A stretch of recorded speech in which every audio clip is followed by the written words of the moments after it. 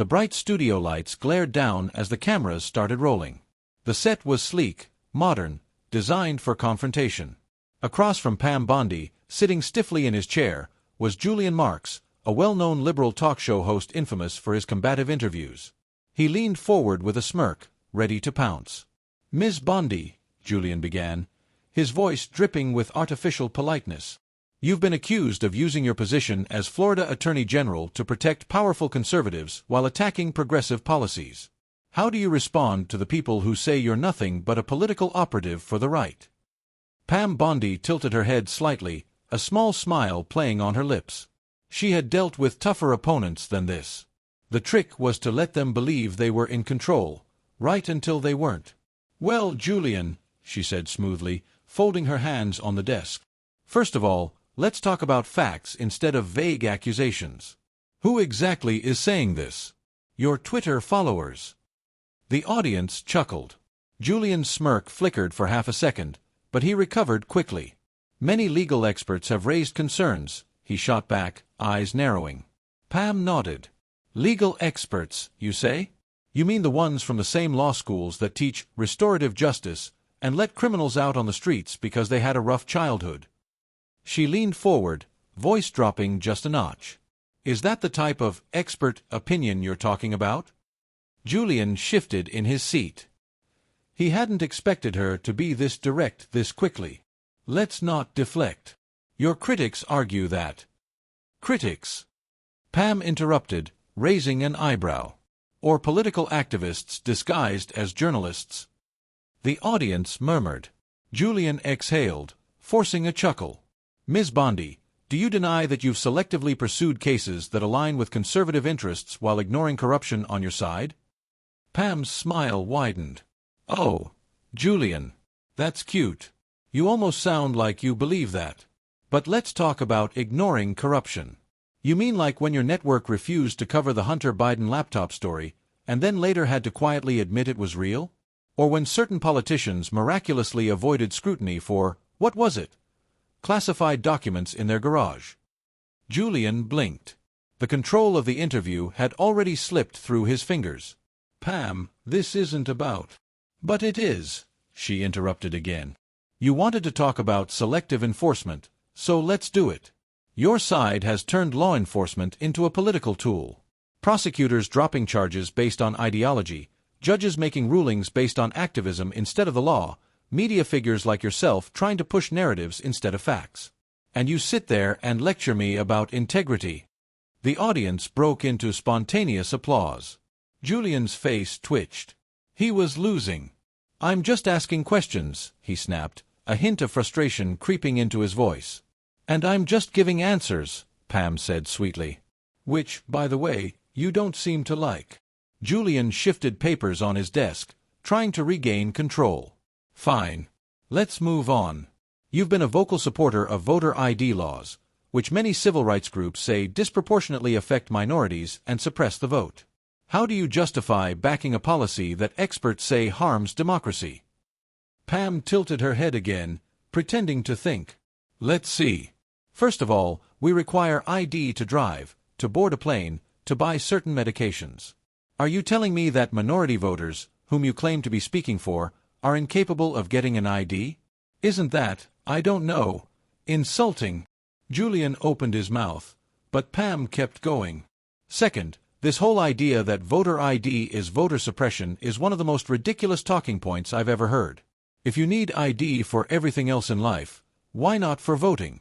Or are you saying some votes should be easier to fake than others?" A wave of laughter and applause rippled through the studio. Julian shifted in his chair, visibly irritated now. "This isn't about fake votes," he argued. "It's about access." Pam held up a hand. "Ah, access. Got it. So let's be clear. You think it's racist to expect people to get an ID. But you don't think it's racist to assume they're too incompetent to do it. Fascinating logic, Julian." Another round of applause. The camera zoomed in on Julian's tight-lipped expression. "All right," he said, adjusting his papers. "Let's move on to something else." "Please do," Pam replied, crossing her legs. "This is fun." Julian's jaw tightened. He was running out of ammunition. Florida has some of the strictest abortion laws in the country, he said, voice firm. Many say you and other conservatives have stripped away women's rights, forcing them into situations they didn't choose. Do you think it's fair to impose your personal morality on other people's private medical decisions? Pam leaned forward, her expression turning serious. Let's be real, Julian. You say, private medical decisions. I say, ending a life. So let's not dress it up in euphemisms. And let's also talk about the science. Since, we're supposed to follow the science. A heartbeat at 6 weeks. Brain activity shortly after. Fully developed pain receptors by the 2nd trimester. You want to ignore all that and call it choice? Julian opened his mouth, but Pam held up a hand. And another thing, she continued. If this was really about women's rights, why are you so quiet when it comes to the abuse of women in radical Islamist regimes? Why don't I ever see your network covering forced marriages, honor killings, or women getting executed for taking off a headscarf? Oh, right. Because those stories don't fit your narrative. The audience roared. Julian clenched his jaw. I think we need to take a break, he muttered. Pam's smirk widened. Oh, Julian. We were just getting started. The camera cut to commercial, but it didn't matter. The damage was already done. Pam Bondi had walked into hostile territory, and within minutes she had turned the tables on her opponent, leaving him flustered, frustrated, and completely humiliated. And there were still 3 more rounds to go. The second the show cut to commercial, Julian Marks ripped off his earpiece and tossed it onto the desk. A stagehand rushed over to pat the sweat forming on his forehead, but he waved her away, glancing furiously at his producer behind the cameras. This isn't how this was supposed to go, he muttered, rubbing his temples. Pam Bondi, on the other hand, leaned back in her chair, perfectly composed, a small, amused smile playing on her lips. Are we taking a break already? She asked, her tone dripping with fake concern. You seem a little rattled, Julian. Julian shot her a glare. You're dodging the real issues with talking points and deflection, he snapped. Pam let out a light laugh. Deflection? Oh, honey. That's your department. I'm just holding up a mirror. The stage manager gave the 10-second warning, and the cameras rolled back to life. The host quickly straightened his tie and plastered a forced smile on his face, his voice taking on its usual air of smug authority. Welcome back to the Julian Marks Show, he said. We're here with former Florida Attorney General Pam Bondi, who just finished wiping the floor with you, Pam interjected with a bright smile. Laughter rippled through the audience. Julian inhaled sharply through his nose, forcing himself to remain composed. Let's shift gears, he said tightly, flipping through his notes. You were one of President Trump's staunchest defenders during his impeachment. Many Americans saw that as a blatant disregard for accountability. How do you justify protecting a corrupt administration? Pam tilted her head, as if genuinely confused. A corrupt administration? Julian nodded eagerly. That's right. Trump. Oh, okay, Pam cut in. Just checking, because I wasn't sure if you meant Trump or the guy currently in office whose son's laptop turned out to be real. You know, the one you all said was Russian disinformation before it turned out that, whoops, it wasn't. Julian's lips pressed into a thin line. We're talking about Trump. Oh, I know. I just like watching you squirm when I bring up topics your network refuses to cover. The audience laughed again. Julian tried to push forward. You defended Trump even when it was clear he had abused his power, he accused. Clear to whom? Pam shot back.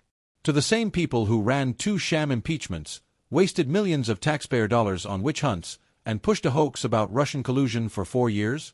You mean those people? Julian shook his head in frustration. You're changing the subject. Pam leaned forward.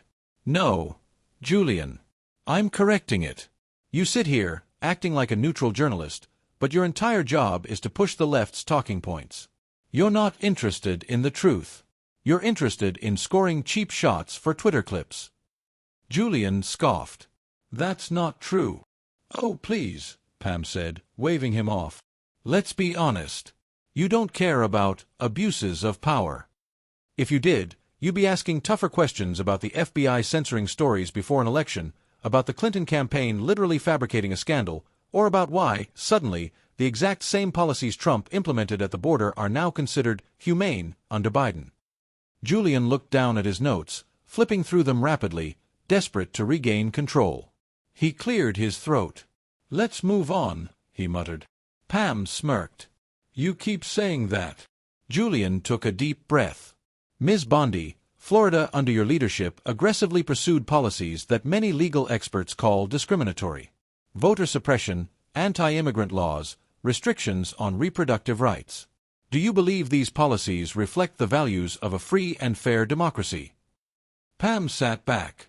"I love how you just string together a bunch of buzzwords and hope they stick." Julian's face twitched. "Let's start with voter suppression," Pam continued. "I already debunked that one, but since you're struggling, let me say it again. Requiring ID to vote is not voter suppression. It's common sense. And the fact that you think minorities are incapable of obtaining an ID says a lot more about you than it does about me." The audience roared. Julian forced a tight smile. "And as for anti-immigrant laws," she continued, using air quotes, "you mean enforcing federal immigration laws? The same ones Biden quietly restarted after realizing that his compassionate, open border policies were an unmitigated disaster? Those laws." Julian gritted his teeth. "But Florida's policies were meant to protect American citizens," Pam interrupted. "But of course, your side prefers to prioritize illegal immigrants over struggling American families. Just admit it." "That's not true," Julian protested. "Then why is your party fighting to give non-citizens the right to vote in certain elections?" Pam shot back. Julian froze. Pam smiled triumphantly. "Yeah, thought so." The audience burst into applause again. Julian clenched his jaw. "Ms. Bondi," he said, his voice tight, "you continue to push conservative narratives that many see as harmful. Your opposition to LGBTQ+ rights, for instance." Pam held up a hand. "Oh, stop right there. Opposition to LGBTQ+ rights?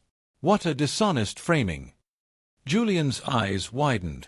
"But you—" "I support equal rights for everyone, Julian," Pam said. "But what I don't support is the radical agenda that says parents shouldn't have a say in what their kids are taught, or that young children should be exposed to gender ideology before they can even do basic math." Julian leaned forward. "Are you saying—" "I'm saying," Pam cut him off again, "that protecting kids from radical activists isn't oppression. It's common decency." The audience erupted again. Julian tried to interject, but Pam wasn't finished. "And since we're talking about rights, let's talk about the actual women who are losing theirs, the female athletes forced to compete against biological males, the women in prisons who suddenly have violent men in their cells because they identify as female. Why doesn't your side ever fight for them?" Julian's mouth opened and closed. Pam chuckled. "You don't have an answer, do you?" Julian exhaled sharply. "Let's take another break." Pam laughed. "Yeah, I bet you need one." The screen cut to commercial, but it was too late. Pam Bondi had just demolished another round, and Julian Marks was barely keeping it together. And there were still 2 more rounds to go. As soon as the screen faded to black, Julian Marks ripped off his microphone and slammed his hand on the desk.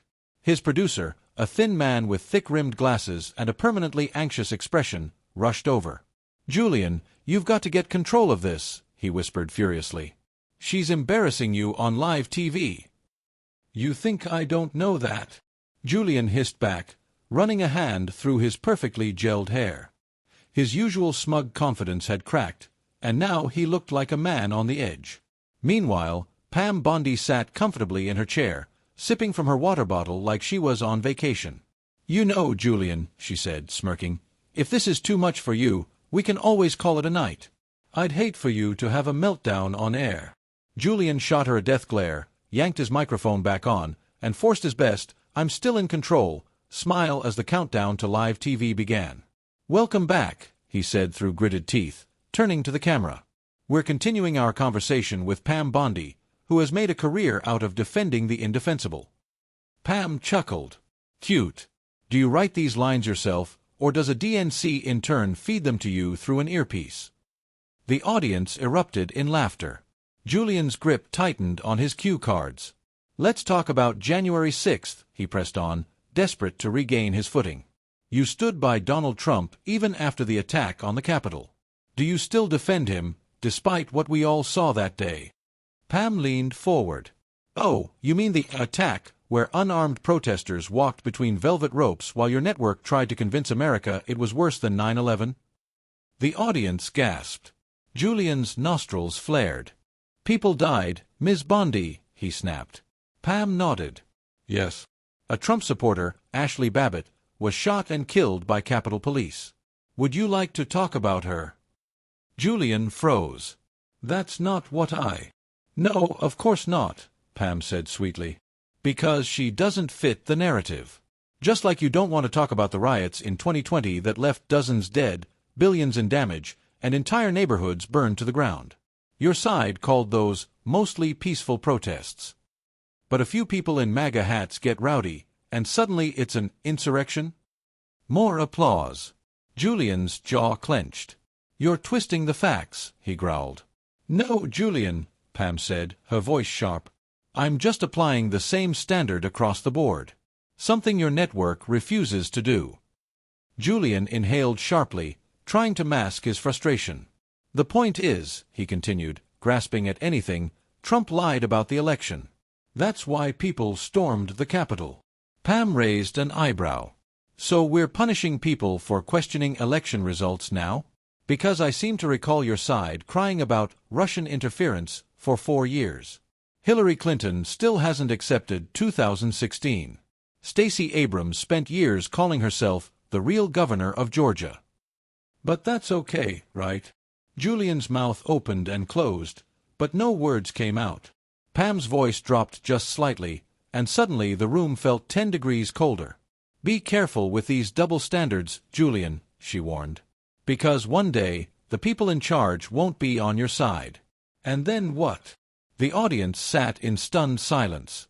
Julian scrambled for his next attack. All right, he said, flipping through his notes. Let's talk about Florida under your leadership. The so-called Don't Say Gay bill. Pam rolled her eyes. Ah, there it is. I was wondering when you'd bring up the fake name your network gave that bill. Julian huffed. It was an anti-LGBTQ law. Pam shook her head. Julian, have you read the bill? Or are you just parroting talking points? Julian's face darkened. Of course I've read. No, you haven't, Pam cut in. Because if you had, you'd know it says nothing about banning the word gay. It simply prevents teachers from discussing gender identity and sexuality with kindergartners through 3rd graders. Explain to me why you think 5-year-olds need lessons on sexuality. Julian's mouth snapped shut. Pam crossed her arms. Go on. I'll wait. Julian fumbled. It's about inclusivity. No, it's about boundaries, Pam said. And let's be clear, if a random adult wanted to discuss sexuality with someone else's child outside of a school, we'd call that grooming. But because it happens in a classroom, suddenly it's education? The audience murmured. Julian looked like he wanted to crawl under his desk. But Pam held up a hand. Look, if an adult wants to live their life however they want, I don't care. But leave the kids alone. Thunderous applause. Julian's face was now a shade of red that could rival a fire truck. Okay, enough with the culture wars, he snapped. Let's talk about gun control. Pam chuckled. Oh, please do. Julian adjusted his tie, trying to compose himself. Florida has some of the loosest gun laws in the country, thanks to people like you. And yet, gun violence remains a problem. How do you defend policies that make it easier for dangerous people to get weapons? Pam's expression hardened. Julian, do you know what city has some of the strictest gun laws in the country? Julian hesitated. Chicago, Pam answered for him. And how's that working out? Last I checked, criminals still had guns. Julian stammered. That's different. No, it's not, Pam said. Your side pushes gun control like it's a magic spell. But criminals don't follow laws. That's why they're called criminals. Meanwhile, the policies you push take guns away from law-abiding citizens who just want to protect their families. Make it make sense. Julian's fists clenched. And another thing, Pam added, leaning in. The same politicians screaming for gun control? They all have armed security. Joe Biden's protected by guys with AR-15s. Why is his safety more important than a single mom living in a dangerous neighborhood? Julian pinched the bridge of his nose. Pam tilted her head. You look stressed. Want to take another break? Julian exhaled sharply. No. Let's just finish this. Pam smirked. Your funeral. The camera cut to commercial. Julian slumped back in his chair, defeated. Pam took a casual sip of her water. Yikes, she said, grinning. That was brutal. And there was still one round left. Julian Marks was drowning. The break had done nothing to help him recover. His hands were gripping his cue cards so tightly that they were starting to wrinkle, and his forehead glistened under the studio lights. Across from him, Pam Bondi sat cool, confident, and completely unfazed. He was running out of time. This was his last chance to land a punch. As the countdown began, Julian forced a deep breath. He could not let her win. The cameras rolled. Welcome back, he said, his voice tight. We're wrapping up our conversation with Pam Bondi, who has spent the last hour dodging accountability while pushing far-right talking points. Pam smiled. Ah, you sound upset, Julian. Should I send you a participation trophy? The audience roared. Julian ignored them, gripping the desk. Let's talk about Trump's legal troubles. Pam rolled her eyes. Of course. You continue to defend a man who has been impeached twice, indicted multiple times, and is facing multiple lawsuits. Do you believe he is above the law? Pam leaned in, her expression sharp. No one is above the law, Julian. But let's be real, your side uses the law as a weapon. You don't want justice. You want revenge. And you don't even try to hide it. Julian scoffed. That's nonsense. Is it? Pam challenged. Because I remember Hillary Clinton smashing phones with a hammer, Joe Biden admitting to withholding aid from Ukraine unless they fired a prosecutor, and let's not forget the whole classified documents in the garage situation. But somehow, Trump is the only one facing endless investigations? Interesting. Julian's face twitched. That's different.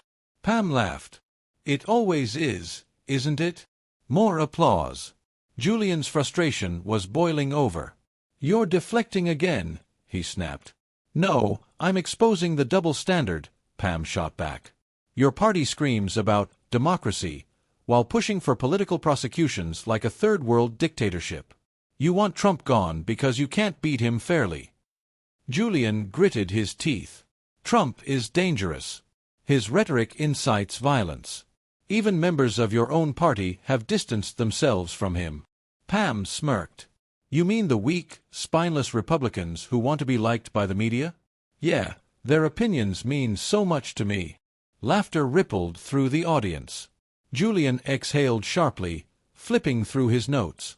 All right, he said, trying to steady himself. Final topic, abortion. Pam folded her arms. Go ahead. Republicans like you have worked to strip away a woman's right to choose, Julian said, leaning forward. Now, we're seeing horror stories of women being denied life-saving care because of restrictive laws. How do you justify your position? Pam tilted her head. Are you done? Julian blinked. Yes. Pam nodded. Good. Now let's correct the record. No pro-life law in America denies life-saving care to women. Not one. That's a media lie. Julian's face twitched. That's not. Pam held up a hand. Doctors are always allowed to save the mother's life. But you don't care about that, do you? Because this was never about health care. It's about unrestricted abortion, up until birth. That's what your side supports. Want to talk about that? Julian hesitated. Pam pounced. Let's be honest, Julian. You can't defend your position. That's why you use buzzwords like choice and reproductive health, instead of admitting what it actually is, ending a human life. The audience sat in stunned silence. Julian gulped. You. Pam leaned in. Does a baby in the third trimester feel pain, Julian? Julian swallowed. Pam's voice turned icy. You know the answer. But you won't say it. Because if you did, you'd have to admit what you're supporting. And that makes you uncomfortable, doesn't it? Julian's eyes darted around the studio, looking for a lifeline. But none came. Pam sat back. Yeah. That's what I thought. Thunderous applause. Julian let out a shaky breath. His face was red, his tie slightly loosened. He looked like a man who had just lost a prize fight in front of millions. The cameras zoomed in. Well, he said, forcing a smile, it seems we're out of time. Pam grinned. Shame. I was just getting warmed up. The audience erupted. Julian forced another smile, his voice strained. Thank you for joining us, Ms. Bondi. Pam flashed a dazzling smile. My pleasure, Julian. Let's do this again sometime. If you're up for it. Julian's jaw tightened. The show cut to credits. The second the cameras stopped rolling, Julian ripped off his mic and stormed off, muttering curses under his breath. Pam casually picked up her purse, winked at a nearby staffer, and strolled off the set, victorious.